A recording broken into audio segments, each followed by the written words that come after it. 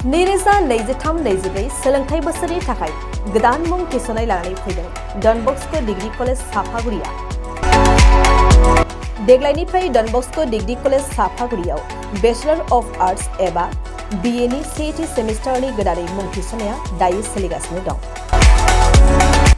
चिरां जिल्लानि साफागुरियाव थानाय डन Bosco' degree कलेजआ देग्लायनिफ्राय BA थाखोनि सेथि सेमिस्टारनि थाखाय गोदानै एडमिशन लानायजों लोगोसे बड', इकोनॉमिक्स, इंलिश, एडुकेशन, हिस्ट्री आरो पलिटिकल साइंस आयदानि थाखाय BA अनार्सनिबो खाबु दं।